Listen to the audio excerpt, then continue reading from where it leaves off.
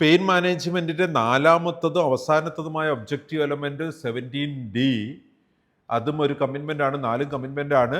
Pain alleviation measures or medications are initiated and titrated according to the patient need and response എന്നതാണ്. പേഷ്യൻറ്റിന് അവരുടെ ഒരു basic ആയിട്ട് ആ പെയിൻ എങ്ങനെ മാനേജ് ചെയ്യണം എന്നതിൻ്റെ ഒരു കണ്ടീഷൻസ് ഉണ്ട്.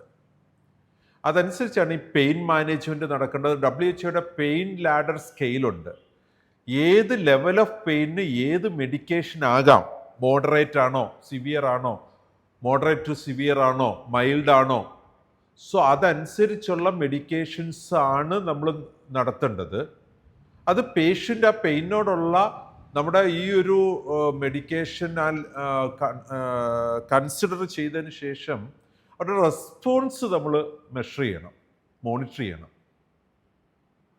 ആ റെസ്പോൺസിനെ ബേസ് ചെയ്തിട്ടാണ് നമുക്ക് ഒരു പെയിൻ അലിവേഷൻ മെത്തേഡ്സ് റീഅസസ് ചെയ്യുന്നതിനും ആ റെസ്പോൺസിനെ ബേസ് ചെയ്ത് നമുക്ക് മെഡിക്കേഷൻസ് കൃത്യമായിട്ടും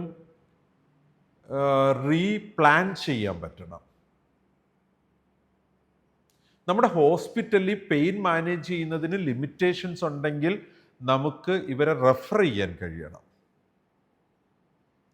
പെയിൻ മാനേജ്മെൻറ്റ് വളരെ സ്കിൽ വേണ്ടുന്ന ഒരു കാര്യമാണ്. ഒത്തിരി വലിയ സീരിയസ് മാറ്റർ ഒന്നും അല്ലെങ്കിലും അത് അനുഭവിക്കുന്നവർക്കത് വളരെ സീരിയസ് ആണ്. അതുകൊണ്ട് തന്നെ അതിൽ കൃത്യമായ പ്ലാനിങ് നമുക്കുണ്ടാകണം. പെയിൻ എങ്ങനെയാണ് നമ്മുടെ ഹോസ്പിറ്റലിൽ മാനേജ് ചെയ്യുക. പെയിൻ റെഡ്യൂസ് ചെയ്യുന്നതിന് നമ്മൾ ഉപയോഗിക്കുന്ന മെത്തേഡ്സ്, ഒബ്സർവേഷൻസ്, പേഷ്യൻസിൻ്റെ അതിനോടുള്ള റെസ്പോൺസിനെയും ആ പെയിൻ എങ്ങനെ മാനേജ് ചെയ്യണമെന്നുള്ള ഒരു പേഷ്യൻ്റെ നീഡുണ്ട്. ആ നീഡിനെയും ബേസ് ചെയ്തായിരിക്കണം COP 17D പെയിൻ മാനേജ്മെൻറ്റിൻ്റെ 4 ഒബ്ജക്റ്റീവ് എലമെൻറ്റ് നമ്മളോട് ഡിസ്കസ് ചെയ്യുകയാണ്.